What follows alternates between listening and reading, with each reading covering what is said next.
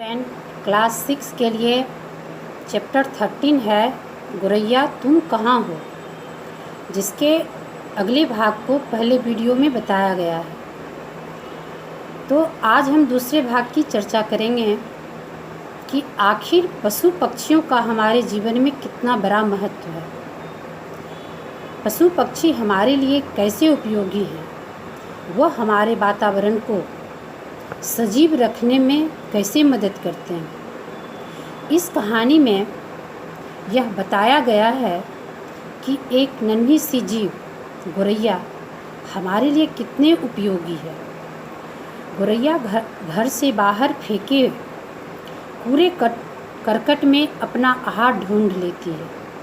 उसे हम खाना परोस कर नहीं देते हैं। बसंत के मौसम में क्रोकोसेस और प्राइमोरेजेस एकोनाइट्रेस फूलों की प्रजातियां घरेलू गुरैया को ज़्यादा आकर्षित करती है। ये तितलियों का भी शिकार कर लेती है। गुरैया अपना घोंसला बनाने के लिए साधारणतः वनों, मानव निर्मित एकांत स्थान या दरारों, पुराने मकान के बरामदे, बगीचा आदि की तलाश में लगे रहते हैं। गुरैया अक्सर अपना घर मानव आबादी के निकट ही बनाती है, इसलिए गुरैया को मानव का सहयोगी कहा जाता है।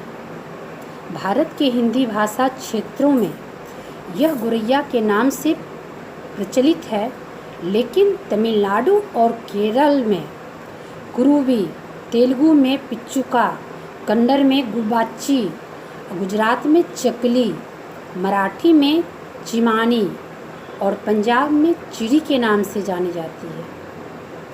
जम्मू तथा कश्मीर में ये चेर के नाम से जानी जाती है। पश्चिमी बंगाल में चराई पाखी, उड़ीसा में घरचटिया, उर्दू में चिड़िया को सिंधी में इसे झिड़की कहा जाता है। तो अब आप इस बातों से अवगत हो गए कि एक गुरैया को कितने नामों से जाना जाता है। मानव के साथ रहने के लिए ये छोटी सी पक्षी अपनी जान चुकाने के लिए भी तैयार रहती है। यह छोटा सा जीव मानव के लिए कितनी उपकारी है।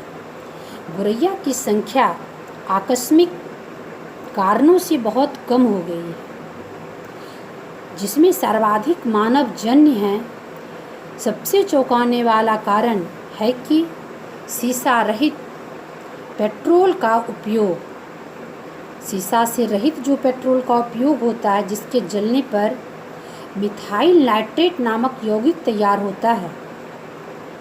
यह यौगिक छोटे जंतुओं के लिए काफ़ी जहरीला है, जिसका प्रभाव गुरैया के नगण्यता को बताता है। मिथाइल नाइट्रेट नामक यौगिक जो एक जहरीला पदार्थ है, इसके साथ ही पनपते खरपातर की कमी गुरैया के आवासों को आश्रय देने में, खुले वनों के क्षेत्र में कमी भी इसका एक प्रमुख कारण हो जाता है। अतः पशु पक्षी विज्ञान तथा वन्य प्राणी विशेषज्ञों का मानना है कि पक्के मकानों का बढ़ता चलन, लुप्त होते हुए बाग बगीचे, खेत, कीटनाशक का अत्यधिक उपयोग होने के कारण गुरैया की भोजन में कमी को दर्शाता है। इसकी जो उपलब्धता है वह गुरैया की नज़र में बिल्कुल नगण्य होती जा रही है। घटती आबादी के जिम्मेदार, गुरैया के घटती आबादी के जिम्मेदार हम मानव ही हैं।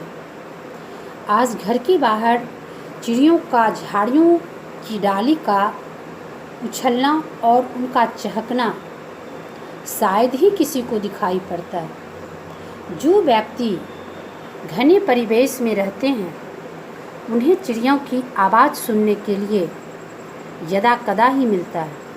कारण यह है कि हमारी बढ़ती हुई जनसंख्या ने गुरैया की जनसंख्या को लुप्त कर दिया है। महादेवी वर्मा की कहानी गुरैया को याद कर सकते हैं। जैसे गुरैया उनके हाथ से दाना खाती थी, उनके कंधों पर उछलती फिरती थी और उनके साथ लुक्का छुपी खेलती थी। यह कहानी का मर्म यह बताता है कि कवि या कवित्री जो होती है वह पशु पक्षी तथा पेड़ पौधे से कितनी लगाव रखती हैं। उसकी कल्पना को जागरूक करने के लिए कहानियों को रच डालती हैं, कविताओं को रच डालती हैं। उसके भाव में विभोर होकर उसकी बातों को अपने मन से गढ़ते हैं, अपनी लेखनी से गढ़ते हैं। गुरैया के हाथ से जब वह खाना खाती थी, खाना खिलाती थी, तो अपने आप को धन्य समझ लेती थी। सिर्फ कहानियाँ सिमट कर रख देना उसकी, बल्कि एक बार घर आंगन में पहले की तरह वापस उसकी चहचहाट लाने के लिए हमें कितना प्रकृति से लगाव रखना होगा, हमें कितनी प्रकृति से प्रेम करना होगा। यह कहानी के माध्यम से जो सीख दी जा रही है, उससे हमें यह अनुभव करना है कि आने वाले समय जो है उसमें प्रकृति का एक अनमोल देन पशु पक्षी और प्रकृति के प्रदत्त पेड़ पौधे हैं।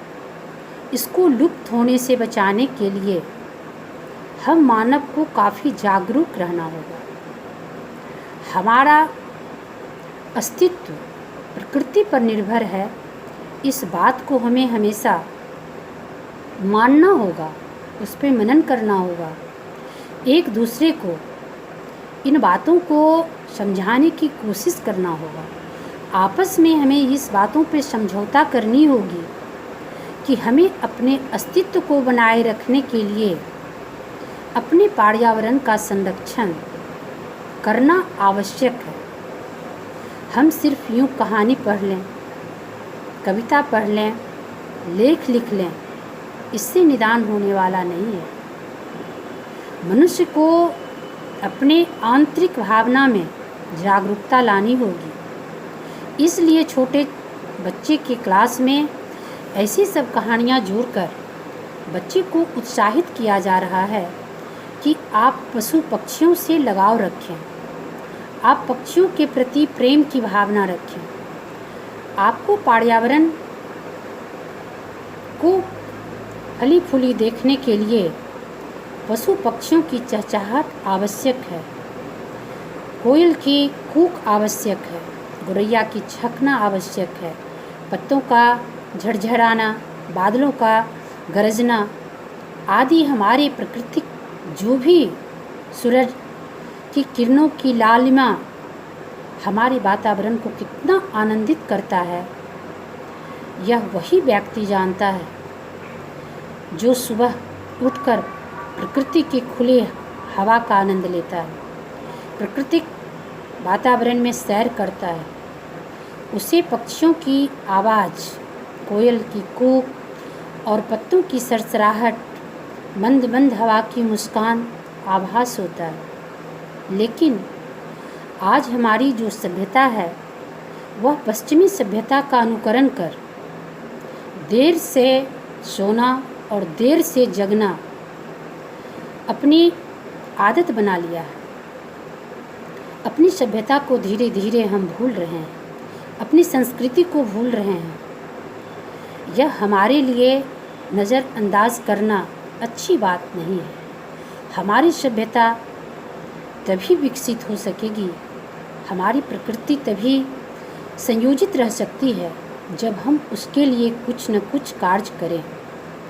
प्रकृति के लिए अपने आप को कुछ न कुछ जब हम प्रकृति से निःशुल्क लेते हैं तो हमें भी उसके लिए कुछ देने की आदत डालनी है। देना अर्थात उसके लिए हमें अच्छी सोच बनाना है कि जिस प्रकृति ने हमें मुफ्त में इतने अच्छे अच्छे वातावरण दिए हैं, उनको बनाए रखने के लिए हमें अपनी सोच को बदलना होगा। एक छोटी सी पक्षी के बारे में जो इस कहानी में बताया गया है कि गोरैया तुम कहाँ हो, यह हमारे लिए एक प्रश्न है। धन्यवाद। इसके बाद अब आप प्रश्नोत्तर बनाएंगे।